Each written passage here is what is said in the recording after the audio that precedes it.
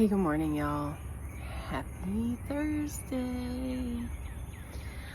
Um, I have really just been trying to not get on here and rant about the workplace conditions. Um, and I just really have been just trying to change the direction of my YouTube channel and my other platforms because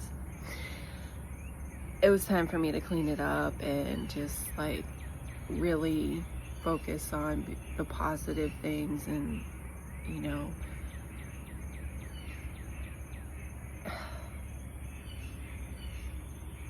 it is a struggle, I will tell you that. Changing your whole mindset, changing the direction of things, it's just like going against the grain, and it sucks. Sometimes you lose followers, you lose this, you lose, and it's okay.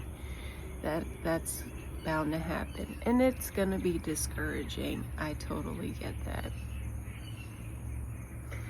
So anyhow, I just wanted to, and one of my biggest goals was not to complain about my job, because I know we all hate our jobs. Well, some of us do. I know there's people out there that have their dream jobs and they love it, and I get that. But a lot of us work these jobs that they're toxic.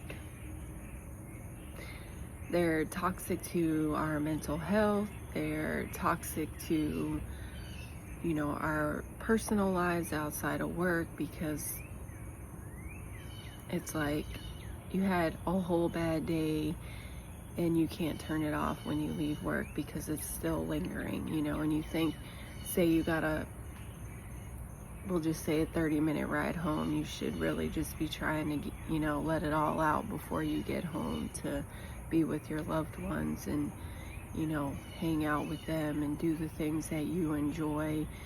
But you can't, because your mental health sucks, right? Yesterday, and any of those that live in Florida, it has been raining here these last few days. Torrential downpours. The winds have been super high lately and things like that. So yesterday I had to make a drive somewhere. Now I'll just go back a little bit. When I first got hired on, not one time did they say that I would have to use my personal vehicle for work activities. I don't get paid fuel unless I have a receipt. So if I can't put fuel in my gas or, in my vehicle, I'm not getting paid. I'm on the clock, but I'm not getting paid for the fuel that I'm putting in my vehicle or the mileage that I'm driving. So I, again, took my vehicle up there. I left around, 2 o'clock-ish. And I drove, and the weather started to deteriorate. So for about a solid 3 to 4 miles, everybody was driving slow. Like, hey, I can't control that. I really can't. So I didn't make it. I didn't make it to where I needed to be on time, and I got refused. So I, being the bigger person, called my boss and said, hey, this is what happened. These are the events that took place. And I was there at literally 3:01 and they still wouldn't take me, see me. So, and I explained that to him and everything and whatever. So I returned back to work at like 4:15 or something. And I did the right thing again, and I apologized. I'm sorry. I can't control the weather, and that's that. So he goes to say to me that it is my fault that he lost a $5 million contract. Okay, I left at 2. It took almost a good hour to get to where I needed to go, but if it wasn't raining, I would have made it there on time. I didn't know it was just gonna, oh, I'm gonna start raining right here. I didn't know that. I have no control over what Mother Nature does. And I was just thinking back on all the times that I have gone and did, had to be somewhere at a certain time for the company that I work for. And I thought back to the multiple occasions I asked, well, can I just drop it off on my way into work?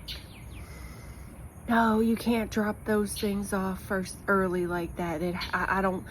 I need it to be closer to the time. Okay, well, why would I leave at 1:30 in the afternoon to go sit in my vehicle till 2:45 or 3 o'clock to turn it in? No, I'm gonna go drop it off and I'm gonna come back. I'm not gonna go sit in my vehicle and wait.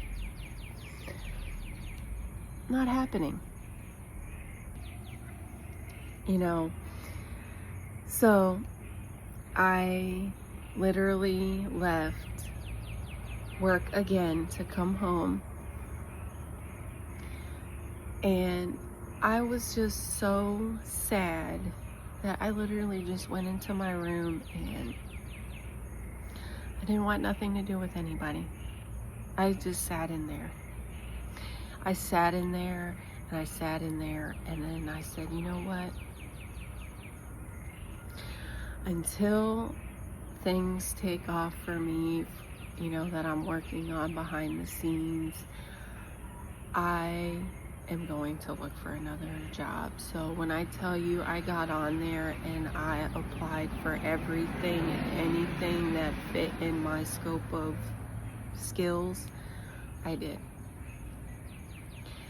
No person should ever have to feel like they are less of a person when working for somebody.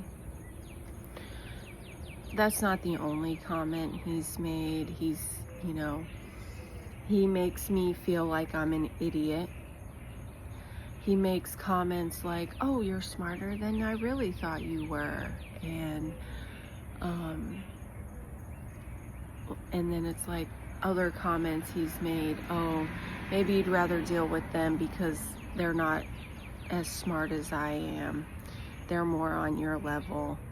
And it's like, buddy, you don't even know who I am. You have no idea what I can do. And in my defense, the person that trained me came in literally 2 days a week, and I probably got maybe 1 to 2 hours of training, and that was it. And that person then went on down to 1 day a week, and I'm still have questions, but I don't ask anymore because I just go on the internet and I try to figure it out, or I'll go back and look at old past things that were done and try to figure out how it was done. That takes up some time. That takes at least 10 or 20 minutes, right? So I am just done with working there. It is such a toxic environment that I don't feel good about myself anymore. I don't feel motivated. I don't feel anything. I literally sit and try to power through it and just be a happy person, but sometimes it don't always work out like that. And yesterday was a prime example of me really just completely falling apart. So I guess my public service announcement to you guys is, if you're in a toxic environment and you have been there and showing up every day, you really need to take a step back and see what it's doing to the rest of your life, because it is definitely playing a huge part into why, one, you feel drained all the time, two, you don't feel motivated, you don't want to go do the things that you enjoy doing the most. It's time to move on, honey. And if you have to work there till you find something else, then that's what you need to do.